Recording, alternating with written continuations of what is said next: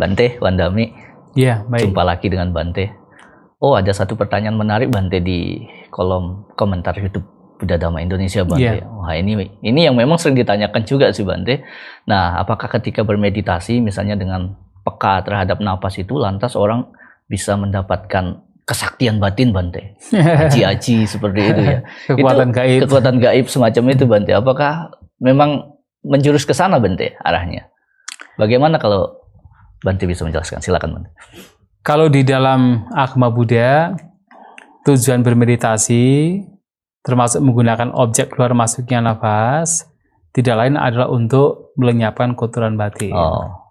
Jadi melenyapkan keserakahan, kebencian, kebodohan, melenyapkan apapun pikiran-pikiran yang buruk. Itu tujuan utamanya. Dan dengan batin yang tenang ini, kalau kemudian dikembangkan sedemikian rupa, batin menjadi tenang dan sangat tenang, tidak berbencar, maka seseorang bisa memperoleh tingkatan-tingkatan konsentrasi yang lebih tinggi. Nah, jadi kalau dalam Buddhis ada istilah jhana. Jadi jhana pertama, jhana kedua, jhana ketiga, dan jhana keempat. Ada tingkatan-tingkatannya ya. Jadi ada 4 jhana yang disebut sebagai rupa jhana. Nah, pencapaian jhana ini muncul karena apa? Pikiran-pikiran yang buruk, yang tidak bermanfaat, itu tidak ada pada waktu itu. Disuppress, ditekan ya, gitu, sebenarnya bukan masalah ditekan. Kalau Samudra sih menggunakan istilah niwarana pahana, ditinggalkannya ya. Rintangan batin. Artinya memang pada waktu itu tidak ada. Tidak ada pada saat itu. Gitu kan.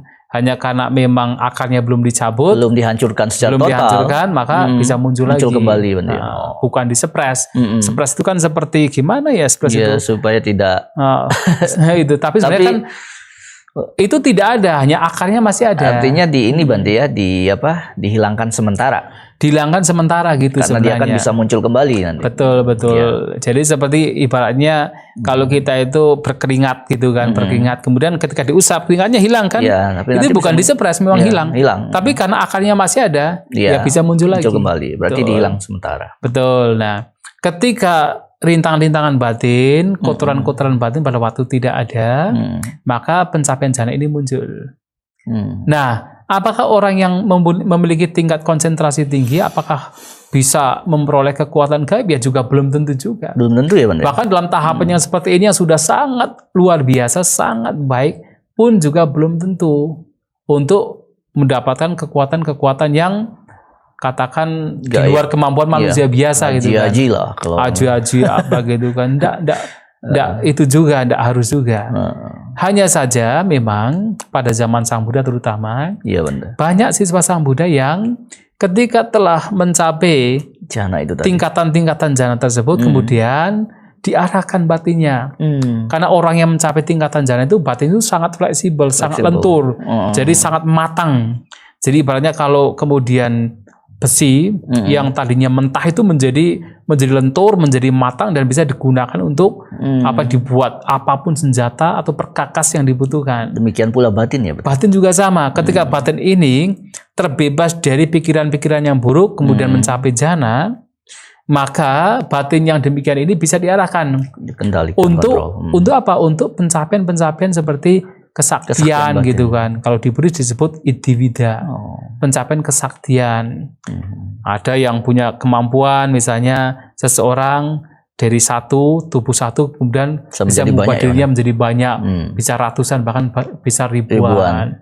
Dan bisa juga bisa menembus tembok, menembus gunung. Ada juga pada zaman Sang Buddha. Sang Buddha juga bisa juga.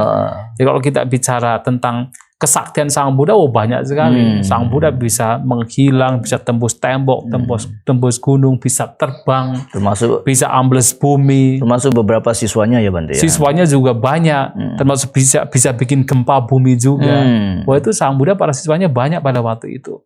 Itu memang muncul dari pikiran yang dikembangkan dari meditasi, yang salah satunya dengan menggunakan objek keluar masuknya nafas. Akan tetapi itu bukan tujuan. Sang Buddha tidak menekankan kepada para siswanya harus mencapai itu. Yang ditekankan adalah bagaimana pikiran yang sedemikian matang tersebut diarahkan untuk pelenyapan kotoran batin. Nah, itu yang paling penting bagi ajaran Sang Buddha, bukan kesaktiannya. Oh, begitu ya. Jadi Bante. seperti itu. Ya. Ya, menarik sekali ya, karena pada saat membaca beberapa buku ya, buku Buddhis itu Bante memang ditemukan juga ada miracles gitu loh, Bante, Oh ya, banyak keajaiban miracles. yang terjadi gitu, baik dilakukan oleh Sang Buddha sendiri maupun Para siswa siswanya Sang Buddha, ya. Yang saya tahu juga Bante Mahamoggallana itu ya, Wah, itu ceritanya tuh yang paling sakti sakti sekali ya paling Bante sakti ya. itu.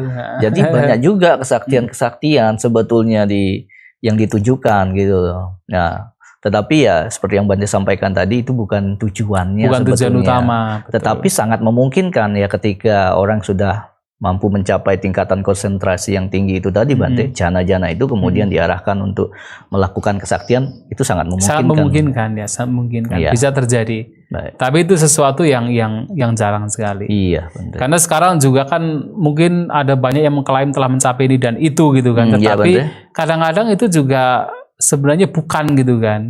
Karena kan pencapaian demikian muncul ketika kotoran batin tidak ada. Iya, barangkali itu halusinasi saja. Ya bisa juga, makanya tidak bisa diarahkan ke sana juga. Iya. Baik, menarik sekali Bante. Terima kasih jawabannya. Ya, baik, ya baik, singkat, padat, tetapi ya memang mengena ya. Ya, baik. Terima kasih Bante. Ya, baik. Ya, Namo Buddhaya. Namo Buddhaya.